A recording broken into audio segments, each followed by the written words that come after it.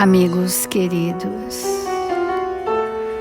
no alvorecer de um novo dia, às primeiras horas desta manhã, buscamos Jesus em nossas vidas, para senti-lo manifestado em nossas vidas, através das páginas vivas do seu Evangelho de amor. Sentimos a sua presença, Senhor, nas alegrias do Espírito, no contentamento íntimo de estarmos nas trilhas seguras, traçadas para o nosso progresso moral. E nesta hora, Senhor, te rogamos humildemente por todos os nossos irmãos em humanidade, que as suas mensagens consoladoras, que refletem a lei de Deus, possam tocar os corações, envolvendo a todos em vibrações de esperança e paz. Assim, Mestre amado, em seu nome e em nome dos Espíritos que solenemente se apresentam nesta hora, responsáveis por este Evangelho, iniciamos as reflexões desta manhã. Obrigada, amigos queridos. Obrigada, Senhor Jesus. E que assim seja, Mestre. Do Evangelho segundo o Espiritismo, o capítulo 20, os trabalhadores da última hora. E dentro deste capítulo, que vai falar do trabalho na vinha do Senhor, da seiva divina que nos permeia, nós estamos então no desfecho do capítulo, que são os obreiros do Senhor. Obreiros são aqueles que, tendo recebido oportunidades e compromissos, apresentaram obras, a obra do verdadeiro cristão, e cada qual de nós reencarnou para desenvolver a sua obra em si mesmo, na intimidade do seu ser espiritual. Essa é a obra. Então, diz assim o Evangelho: atingistes o tempo do cumprimento das coisas anunciadas para a transformação da humanidade. Felizes serão aqueles que tiverem trabalhado na seara do Senhor com desinteresse e sem outro móvel senão a caridade. Suas jornadas de trabalho serão pagas ao cêntuplo do que terão esperado. Vamos demorar o nosso pensamento nessa compreensão. O desinteresse ou a falta de vinculação com aquilo que tão somente nos abastece, para aquilo que nos engrandece, e aquilo que nos engrandece é o ato de servir, e para tanto precisamos abrir mão de tudo aquilo que não é de natureza divina em nós. Esse é o obreiro do Senhor, que ao longo do seu percurso vai se despojando de tudo aquilo que são grilhões, que nos atrelam a um passado de iniquidades, e que é chegado o momento de nós nos libertarmos. E para que essa libertação se faça, nós precisamos fazer profundas reflexões nos pontos em que estamos degenerados, porque estes são os pontos da nossa vulnerabilidade. Nós ficamos extremamente vulneráveis às intempéries do mundo, aos convites, aos chamamentos, porque aquele ponto nevrálgico que eu trouxe para resolver, quando ainda não foi resolvido, aquilo me predispõe a muitas vezes abandonos, dissensões, discórdias, nos afastando da seara que nós estamos inseridos para o trabalho na doutrina espírita, porque este capítulo é sobre a doutrina espírita, os espíritas, né? Então, quais os motivos que nos estagnaram ou nos distanciaram do trabalho verdadeiro como trabalhador da última hora? O Emmanuel, no livro Encontro Marcado, traz ainda essa lição, revisão e reajuste, para nos trazer um alento e uma esperança de que quando nós identificarmos aonde estamos paralisados no nosso processo evolutivo, quais são os recursos que ainda temos para dar celeridade ao nosso progresso e sairmos dessa estagnação para entrarmos então na condição dos trabalhadores da última hora, que mesmo nos últimos instantes trabalharão insanamente para devolver a obra, apresentar a obra que ele criou em si mesmo. Ontem nós falamos alguns dos aspectos e hoje nós vamos falar de outros 3 aspectos importantes. O primeiro é a influenciação espiritual.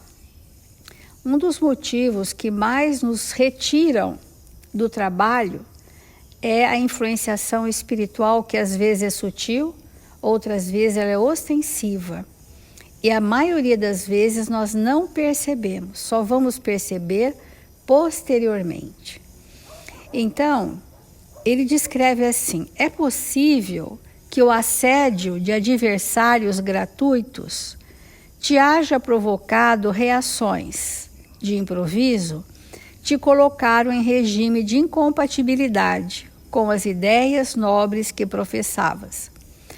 Uma das sutis interferências é o espírito contrário ao bem, contrário à verdade. Ele vai jogando insinuações no nosso campo mental, ideias subjetivas, vai inoculando no nosso campo mental aquilo que ele sabe que nós não trouxemos resolvido. Que esse é o ponto da vulnerabilidade. Eu tenho fragilidade ali, então o espírito vai na minha fragilidade. Como que ele percebe? Porque eu as exponho nos meus relacionamentos todos os dias, sem falar delas, mas eu vivo as minhas dificuldades nos relacionamentos.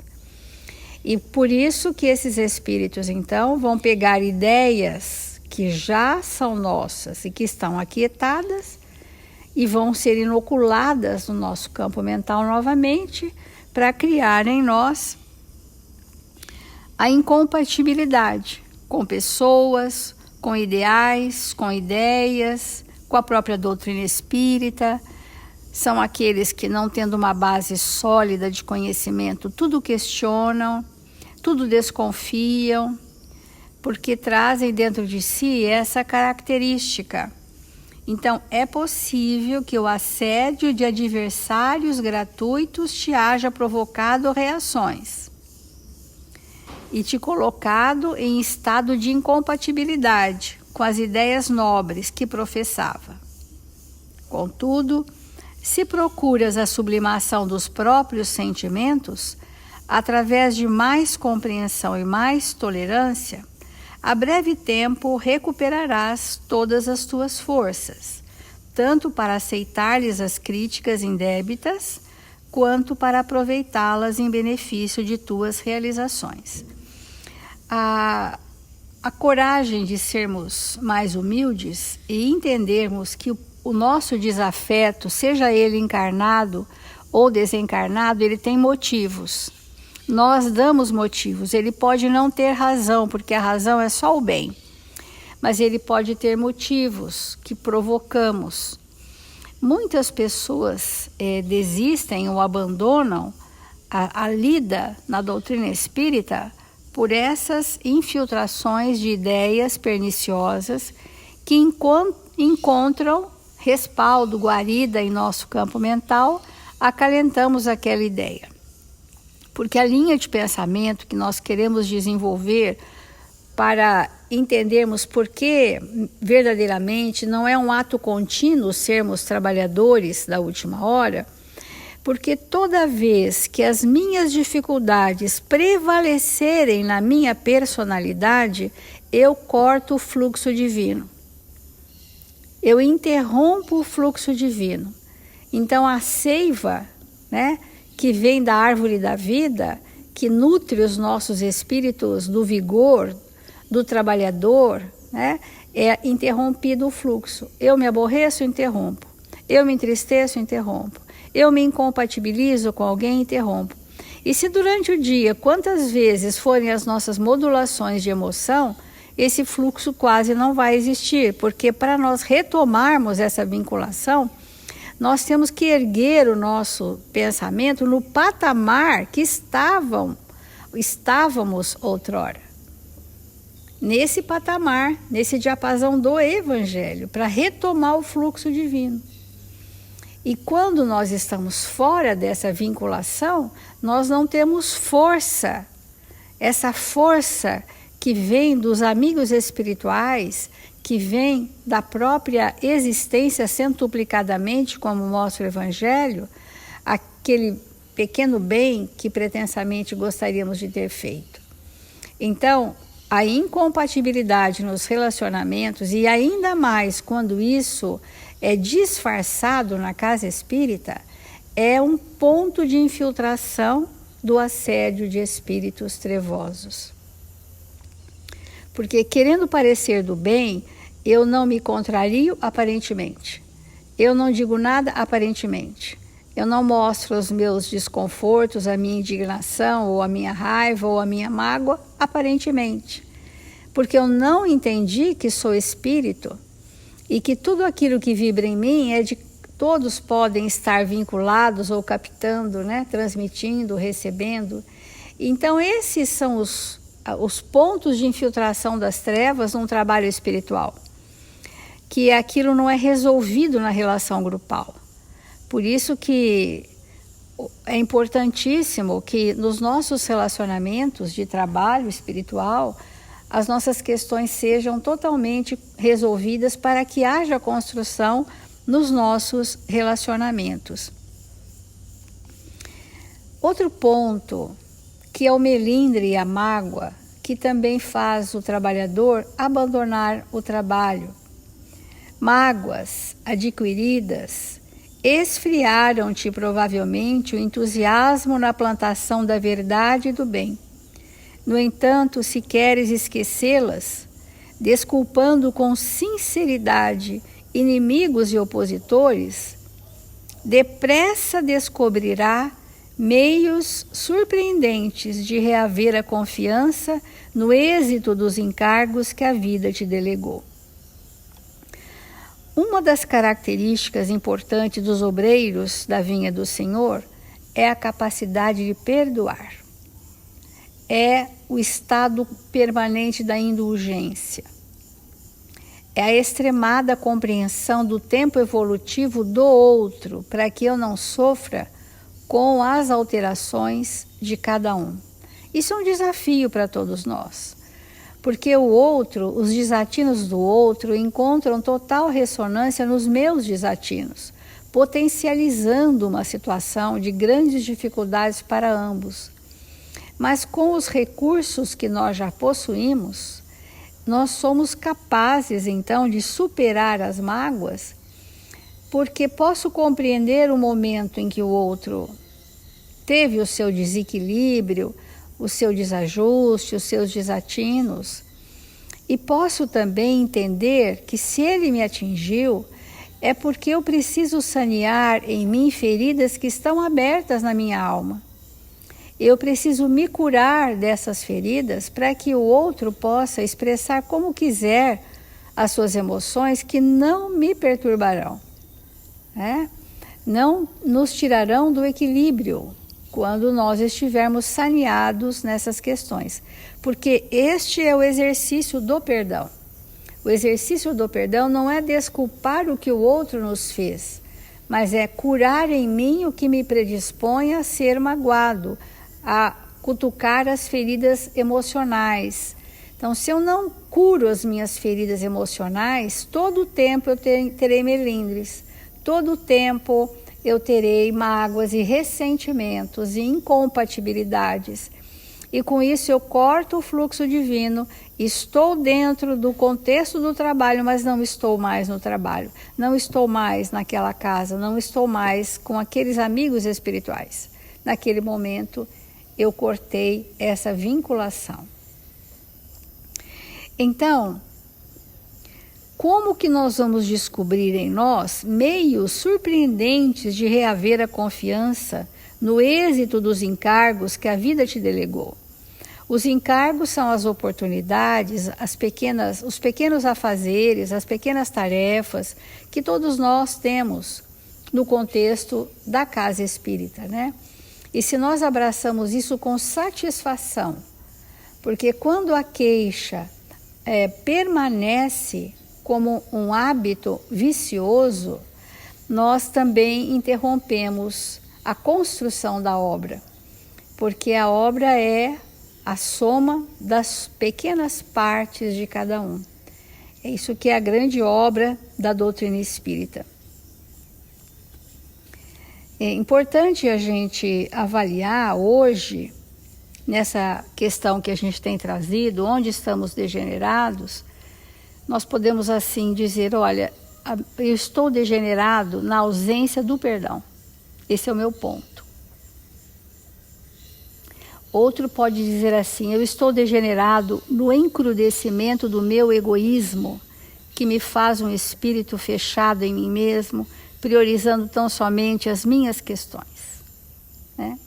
O outro pode dizer, estou degenerado pela ausência do valor da família, sou um espírito intempestivo que não consigo organizar esse ambiente familiar, ou que nem mais estou, ou que nem mais quero estar, abandonando esses valores imprescindíveis para o progresso do espírito. O outro pode dizer, eu estou degenerado na ociosidade, acostumado ao conforto em tantas existências.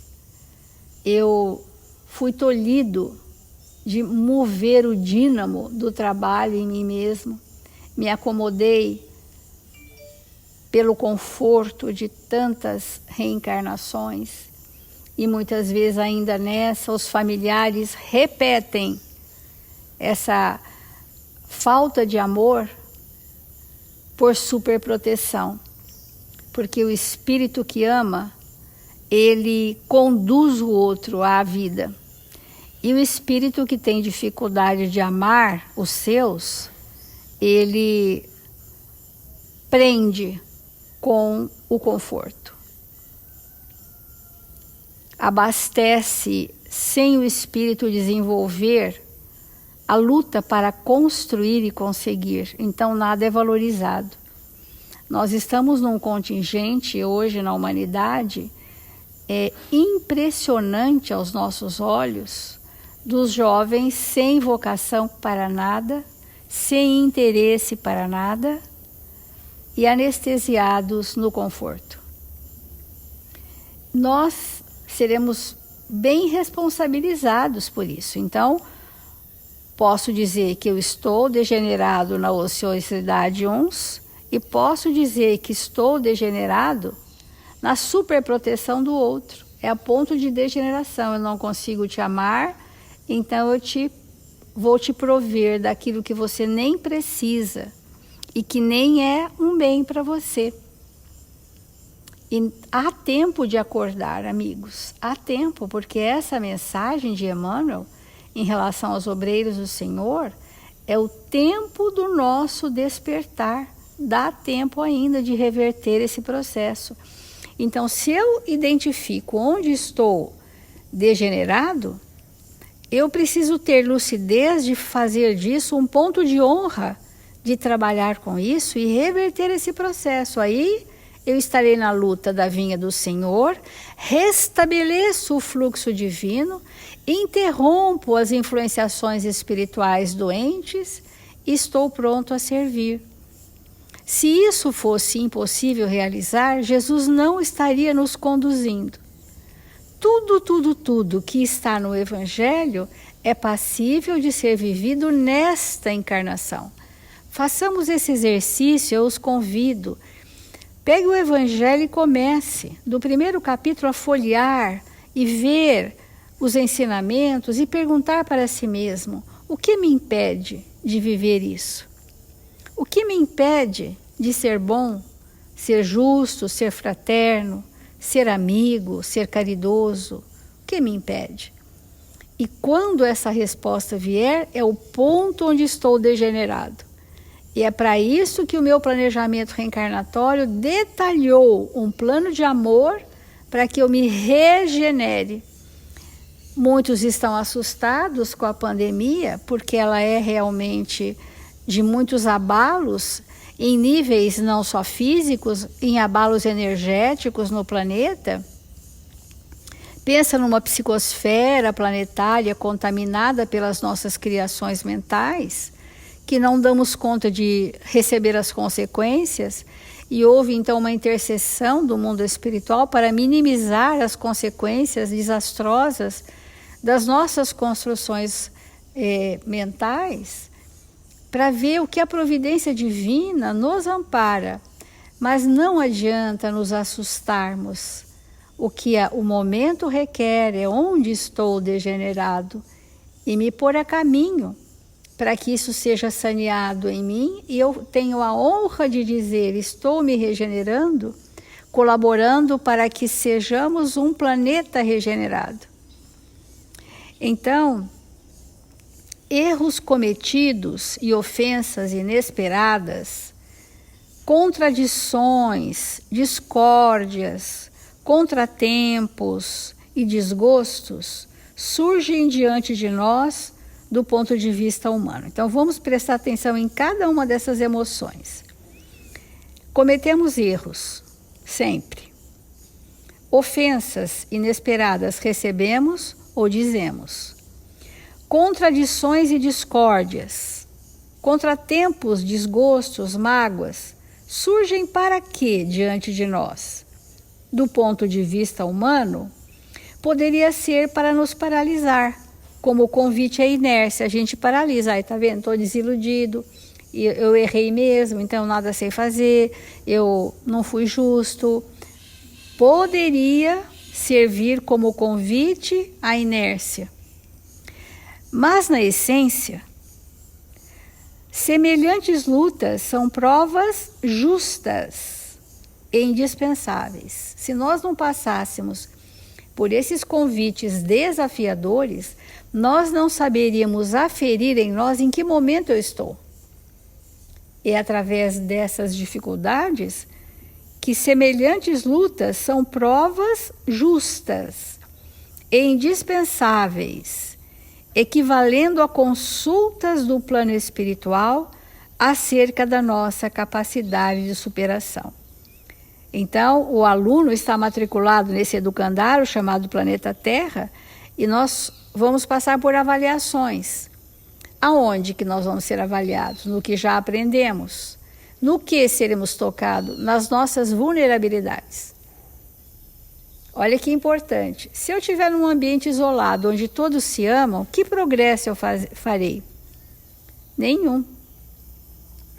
Se eu estiver num ambiente adverso, passando por erros que eu cometi, ofensas que eu dei ou recebi, enfim, desgostos, discórdias, e entender que isto equivale a uma consulta do plano espiritual acerca da nossa capacidade de superação das próprias fraquezas, examinando-nos o grau de humildade, entendimento, amor e fé. Qual é a prova que veio? Para saber o quê? O quanto mais humilde eu estou ou não, o quanto mais compassível eu estou ou não, o quanto mais a minha fé é estruturada ou não. Então, ao invés de nós lamentarmos e estagnarmos, o convite é: venha, ainda há tempo. Esse é o convite. Ainda há tempo. E aí as pessoas que nos procuram estão desesperadas nessa pandemia, querem dar passes manhã, tarde e noite, querem evangelizar crianças de hora em hora, querem fazer sopa a cada minuto, desesperados para fazer coisas. Mas não são essas coisas, porque essas nós já fazemos, né? O que é que eu estou sendo convidado? A identificar o ponto onde estou degenerado. Esse é o ponto. E através do trabalho no bem, eu possa modificar, ter forças para retomar o fluxo divino e ter forças para restaurar no meu perispírito as grandes marcas que me comprometem. E à medida em que nós mudamos esses traços da nossa personalidade, nos aproximando de Jesus e dos seus ensinamentos vivos, nós estaremos renovando o nosso passado, restaurando a tessitura perispirítica, incorporando na nossa identidade espiritual esses novos valores e estaremos então a caminho da regeneração. Porque, amigos, nem sempre podemos dizer que estamos a caminho da regeneração. O planeta está, mas nós podemos não estarmos a caminho da regeneração. Porque isso não acontecerá coletivamente necessariamente. A doutrina espírita nos mostra que a evolução e o progresso de uma civilização se faz através da evangelização da individualidade, do estado harmonioso do espírito com as leis divinas. E isso é que muda. Vamos compreender assim de forma bem simples. Se num grupo familiar de 5, 6 pessoas, nós identificarmos os nossos pontos vulneráveis, sanearmos, essa família não viverá bem? Não serão espíritos solidários? Não serão espíritos amorosos? Não serão espíritos amigos? Não serão espíritos prontos? Esse é o exercício. Tendo isso feito, ou concomitante a isso, estamos no trabalho na Seara de Jesus, na casa espírita. E não é assim, eu sou cruel em casa e quero ser bom de forma ambivalente, contraditória, em ambientes que ninguém me conhece. Então, quando uma pessoa se aproxima, perguntando se pode dar passe, às vezes nós temos vontade de perguntar assim, pergunta para os seus familiares. Se nas horas que eles estão ruins, se é você que os socorre sempre, se você é a referência amorosa da sua família, se eles pedem conselhos é para você, se eles debruçam no seu colo quando as dores chegam, se nas horas difíceis você é o primeiro a ser chamado para socorrê-los. Se assim for, estamos prontos para dar o passe. Eu sei que é ousado, né? Mas é necessário refletirmos. Porque eu sempre estou falando que os primeiros momentos da evangelização de espíritos, essa equipe de Eurípides, que representa uma grande parte da falange do Espírito de Verdade, aproximou-se da Terra para trazer a obra. A primeira coisa que foi dito é postura do trabalhador espírita cristão. Para nós sairmos da incoerência, de alinhar o nosso pensamento com a verdade, né? De não servir a Deus e a Mamon. Então, é esta a pergunta que nós temos que fazer para nós, a nossa postura. E para a gente fechar esse assunto hoje, não pretendas estar na posse de qualidades perfeitas, o que pressuporia haveres chegado ainda hoje ao nível dos anjos. Então, nós não estamos com expectativa de absoluto desempenho, porque nós somos imperfeitíssimos e falíveis. Todos somos, por enquanto, espíritos imperfeitos nos quadros evolutivos do trabalho que nos compete desenvolver e complementar. Desacertando, que é perfeitamente compreensível os nossos erros, reacertemos. Errando, diz Emmanuel, abracemos a corrigenda.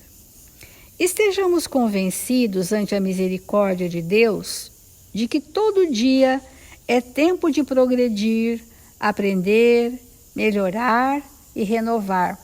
E acrescentaríamos em perseverar, não esmorecermos no caminho. Nós vamos errar, nós vamos cometer desatinos com as pessoas, porque ainda faz parte da nossa pequenez. Mas se eu persevero, se eu não esmoreço, se eu luto, se eu estabeleço a sintonia com o fluxo divino, através das ações da caridade e do bem constante, esse é o espírito que, ainda que com os joelhos desconjuntados e os pés sangrando, caminhará nas retas seguras do trabalho que nos engrandece, nos aformoseia e nos predispõe a servir em nome de Jesus. Então vamos refletir sobre isso e fazer a nossa prece.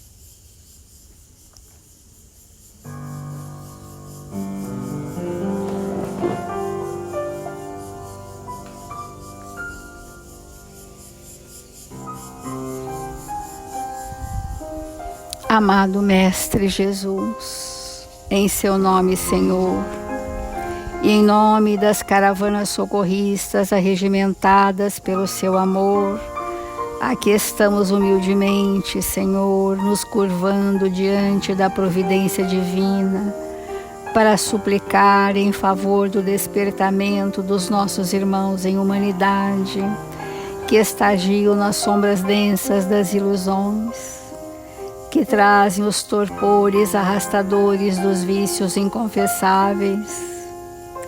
A todos estes, Senhor, iludidos ou distraídos, possam esses espíritos amorosos irem ao encontro, para que sejam despertados pela força do bem e da verdade.